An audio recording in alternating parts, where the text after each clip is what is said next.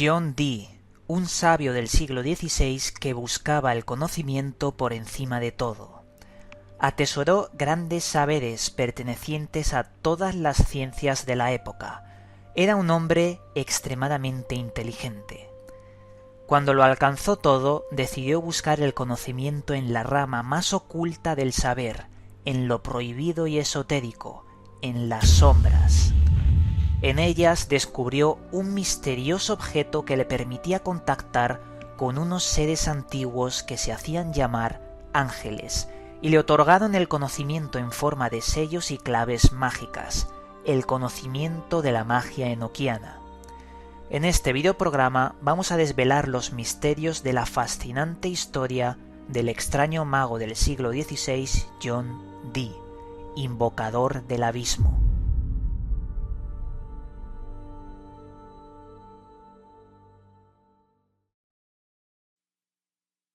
Saludos, buscadores del misterio, y gracias por asistir a granmisterio.org. Casi todas las culturas del mundo nos hablan de que el conocimiento fue otorgado por los dioses que descendieron de las estrellas. Un conocimiento que ha sido asociado muchas veces a diferentes objetos de poder. Objetos de poder porque se transformaron en reliquias para las culturas que los poseían. Estos objetos fueron otorgados por los dioses, otorgados al hombre y olvidados después de su partida. Son objetos misteriosos y muy singulares con, algunos dicen, propiedades sobrenaturales. Pero bueno, ya sabéis que necesitamos pruebas para poder creer en todo esto. La verdad es que hoy os voy a hablar de uno de estos objetos de poder. Un misterioso cristal oscuro de obsidiana que en el siglo XVI una persona también muy curiosa y extravagante, John Dee, se hizo con él. He de decir que estos objetos, estos teóricos objetos de poder, pertenecen a estos dioses que descendían de las estrellas, a estos seres de otro mundo. Por eso me gustaría separar la parte sobrenatural, mágica de estos objetos y llamarlo tecnología, el efecto tecnológico de objetos que pertenecían a la tecnología de estos seres.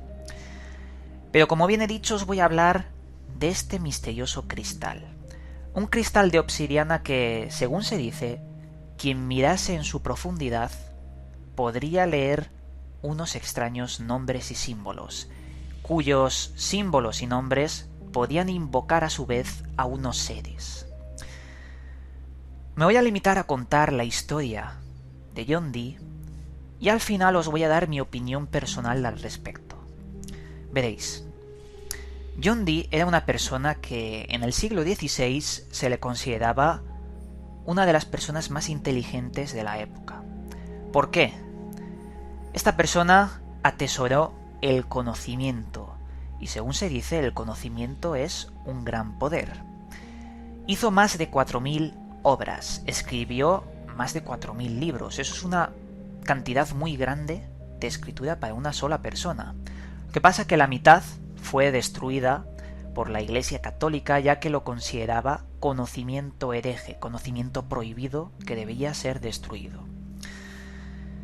Este hombre era un buscador del conocimiento y atesoró todo conocimiento de todas las ramas posibles, entre ellas astronomía, astrología también de la época.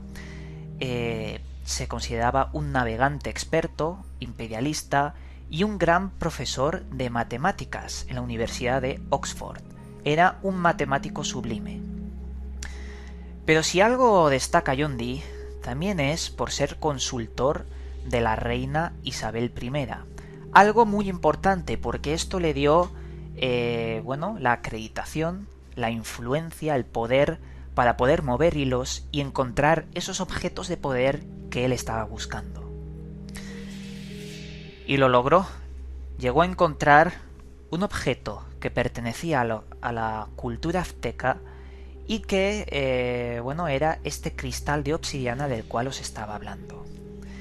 ¿Qué es lo que descubrió en el interior de este misterioso cristal? Descubrió, como os he dicho, un extraño nombre que al ser pronunciado e interpretado, según él decía y según la historia, nos dice de que aparecía un ser. Al nombrarlo aparecía. Este ser se presentaba como un ángel, como los ángeles. Y bueno, con el tiempo le llegó a contar estos ángeles, estas entidades, una serie de secretos y símbolos que el mismo John Dee plasmó en un libro. Unos símbolos que él tituló El lenguaje enoquiano, el lenguaje de los ángeles. La palabra enoquiano proviene de un nombre llamado Enoc. Muchos de vosotros habréis escuchado alguna vez sobre el profeta Enoc. El profeta Enoc creó un libro llamado el Libro de Enoc que fue prohibido por la Iglesia. Es un libro que forma parte de la Biblia, pero que no lo incluyeron dentro de la Biblia por ser apócrifo. En el libro de Enoc nos relata cómo el profeta Enoc fue abducido por una serie de seres que se hacían pasar por ángeles, aunque en el libro deja bien claro que eran ángeles, pero yo no creo que eran ángeles porque utilizaban maquinarias, naves espaciales para llevar a Enoc más allá de las estrellas. Y esto lo pone en el libro. Si tenéis la ocasión de leerlo, lo vais a ver muy claro. Cómo hay un paralelismo entre los ángeles que descienden de las estrellas y los seres de otro mundo. Pero bueno, de ahí adquiere el nombre de el lenguaje enoquiano. ¿Qué es este lenguaje? ¿Qué es lo que descubrió con ese conocimiento que le otorgaban unos supuestos seres llamados ángeles? La verdad es que cuando lo invocaban, los diferentes nombres que aparecían en los cristales, se le daba un conocimiento, y llegó a recoger el siguiente conocimiento: 21 letras, 19 claves, 100 cuadrados de 2400 caracteres cada cuadrado y conocimiento asociado a números mágicos y viejos nombres de dioses olvidados. Todo esto es lo que obtuvo de esas supuestas y cuestionables, también hay que decirlo, presencias de esos ángeles. Para poder interpretar mejor esta información, lo que hizo John Dee fue contratar a una serie de supuestos mediums, ya que tenían la capacidad de hacer un contacto con mayor afinidad con el otro lado, con ese cristal, ese espejo, y así poder, escribir mejor el conocimiento que estaba poseyendo. ¿Qué es lo que pasó? La mitad de mediums murieron a los días, y la otra mitad quedaron locos para toda la vida. Esto por haber contactado de una forma más directa con esos supuestos seres. Por lo tanto, John Dee decidió ir con precaución y entender el lenguaje enoquiano con una preparación y con unos protocolos para poder estudiar esa lengua extraña, esos secretos con más cuidado. El lenguaje enoquiano también se dice que pertenecía a la lengua que se hablaba antes del suceso bíblico de la Torre de Babel. Ya sabéis, aquellas lenguas de fuego que bajaron de las estrellas y otorgaron un lenguaje distinto a cada ser humano. Es el lenguaje preadámico, el lenguaje que utilizaba Adán, y también se dice que es el lenguaje que cantan los pájaros, el lenguaje de la naturaleza. Pero bueno, al margen de esto, señor John Dee se hizo con un segundo objeto de poder. Esta vez era una extraña esfera de cristal que fue otorgada por uno de estos seres al aparecerse. Mediante la esfera descubrió la existencia del conocimiento de los 30 éteres. Los 30 éteres serían unas 30 densidades que estarían por encima de la humana y que acceder a ellas significa trascender en conocimiento. Muchos lingüistas hoy en día, al comprobar esos símbolos que nos dio John Dee, están convencidos de que esto es algo muy complejo para ser elaborado por una persona. Que es un lenguaje muy complejo y bien estructurado, eso es un hecho, y lo tenemos hoy en día.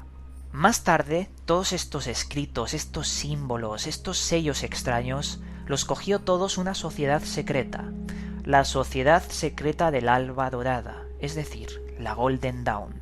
Y es más, estos escritos, estos sellos, les dieron una importancia tremenda en la orden, siendo su piedra angular. Podemos también decir algo muy curioso del señor John Dee, y es que él tenía una copia de el famoso manuscrito Voynich.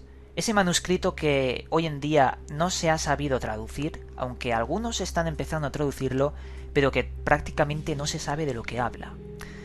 Se dice que, gracias al lenguaje enoquiano, John Dee pudo traducir una mayor parte del manuscrito Voynich. Pero esto hay mucha leyenda, mucho misticismo y no se sabe a ciencia cierta si eso es real. A modo de curiosidad también hay una cosa que la verdad a mí me ha llamado mucho la atención sobre John Dee. El famoso escritor de horror cósmico H.P. Lovecraft, en sus novelas de ficción, nos cuenta que John Dee fue la primera persona en traducir los textos del original al inglés del Necronomicon. Algo que, la verdad, a mí me llama la atención porque el lenguaje enoquiano basado en simbologías para invocar cosas es lo mismo que nos dice Lovecraft con su Necronomicon, un libro para invocar a seres que producían la locura y la muerte y la destrucción del mundo. Pero bueno, eso es ficción en teoría, aunque en Lovecraft, como hemos dicho en muchos videoprogramas, hay realidades ocultas en su ficción. Llegados a este punto, os debo decir que lo que os acabo de contar es la información que existe sobre el misterio de la magia enoquiana y John Dee. Ahora bien, os voy a contar mi opinión personal. ¿Qué hay de verdad y de mentira en todo este asunto? ¿John Dee vio de verdad estos ángeles o se lo inventó todo? No podemos asegurarlo a ciencia cierta, no podemos saber la verdad porque esto pasó hace mucho tiempo y la verdad no existen registros sobre ello. Lo que sí que puedo deciros, bajo mi experiencia, es que el fraude está en todos los sitios. Yo no creo que este caso sea fraude, pero pueden haber partes que debido al tiempo se hayan deformado. Porque una historia, cuanto más longeva es, más cosas se le añaden por la leyenda, la mitología y demás. Pienso que si de verdad John Dee contactó con esos saberes ocultos y prohibidos, que eso sí que es realidad, que están presentes en nuestro día a día, pienso que no serían ángeles. Pienso que los seres que se hacían pasar por ángeles eran seres sumerios, dioses sumerios de la antigüedad, ya que yo pienso que los ángeles es una interpretación que le daba el hombre a unos seres que bajaban del cielo, que podían volar porque las alas en los ángeles representa un ser que vuela, no que tuvieran alas, y que, bueno, dejaron aquí esos objetos de poder, esa tecnología, por dar el conocimiento al hombre. Me remito a todas las culturas antiguas del mundo. Y nada, creo que si contactara con esos seres, serían seres sumerios. Es posible que estuvieran aquí y no se hubieran marchado y de alguna forma lo que quieren es absorber nuestras energías sutiles, como decía Salvador Freixedo, como si nosotros fuéramos su granja y el radio de acción fuera esos objetos de poder. Dicho esto, os dejo este misterio, uno más, información, conocimiento, ya que el conocimiento llega a ser algo poderoso. Y os digo más, aquellas entidades que nos gobiernan bajo las sombras han hecho que el ser humano olvide que está buscando el conocimiento constantemente, y para ello han realizado una serie de estrategias para hacernos adormecer, para transformarnos en borregos y que no busquemos el conocimiento. Yo creo que el conocimiento es la mayor esencia y lo que más importa en el ser humano, más allá de lo que nos han hecho creer como que el ser humano vive para trabajar por y para el sistema. Y nada, vamos a continuar con Gran Misterio.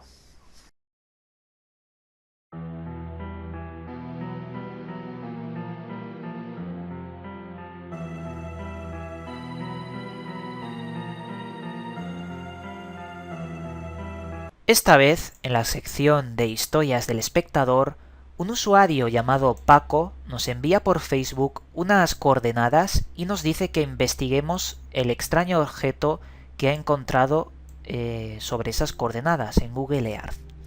Y vais a ver que lo que ha encontrado el señor Paco es algo muy extraño que difícilmente le puedo dar una explicación, y me gustaría que vosotros me ayudaseis a poder darle una explicación. Veréis, las coordenadas que me envía nos sitúan cerca de la Antártida, en la isla de Georgia del Sur, también llamada la isla de Sandwich. Aquí vemos una montaña, tiene su perspectiva, pero vemos también que la montaña parece haber sido derribada de forma extraña. Es posible que un desprendimiento, una luz, haya, pues bueno, tirado la montaña abajo. Pero lo extraño es lo siguiente. Vemos una especie de carretera, un camino, que acaba en esta estructura. Una estructura que, por su sombra, nos dice que está elevada, es como una especie de montaña. Vamos a medir esto. Lo que vemos es una estructura que mide unos 60-70 metros aproximadamente. Algo bastante grande. Eso es grande. Y la trayectoria desde el desprendimiento hasta esa estructura es de 1 kilómetro aproximadamente. Exacto, 1 kilómetro exacto. ¿Qué es esa estructura y por qué se ha generado ese camino? Solo hay una hipótesis. Algo ha impactado con la montaña, la ha derribado y ha seguido surcando el suelo, haciendo un camino hasta que aquí, en esta parte, se ha enterrado. Algo con una enorme potencia ha impactado. Y podemos ver por aquí todos los desprendimientos, toda la destrucción de ese objeto que ha impactado. ¿Qué es lo que ha impactado? Pues no lo sabemos. El caso es que hay un efecto físico que podemos ver. También nos dice Paco que si este objeto que tenemos aquí es un animal. Él dice que si es un yeti. Y yo le digo que no, no es un yeti. Esto que mide aproximadamente... vamos a ver si me deja medir... Bueno, mide 15 metros. Eso que mide 15 metros corresponde a el desprendimiento de la montaña, al igual que tenemos en toda la zona. Es un desprendimiento. Desprendimiento por impacto. Vemos aquí el surco. Es que es algo bastante interesante. No sé, me ha parecido digno de mencionar y de compartir con todos vosotros. Es posible que haya sido un objeto volador no identificado, un misil, un satélite, no lo sabemos. El caso es que este es el misterio de la extraña marca polar, y si alguien tiene una explicación, pues me gustaría que me la enviase. Y nada, con esto os mandamos un cálido abrazo y nos volveremos a ver en otro vídeo.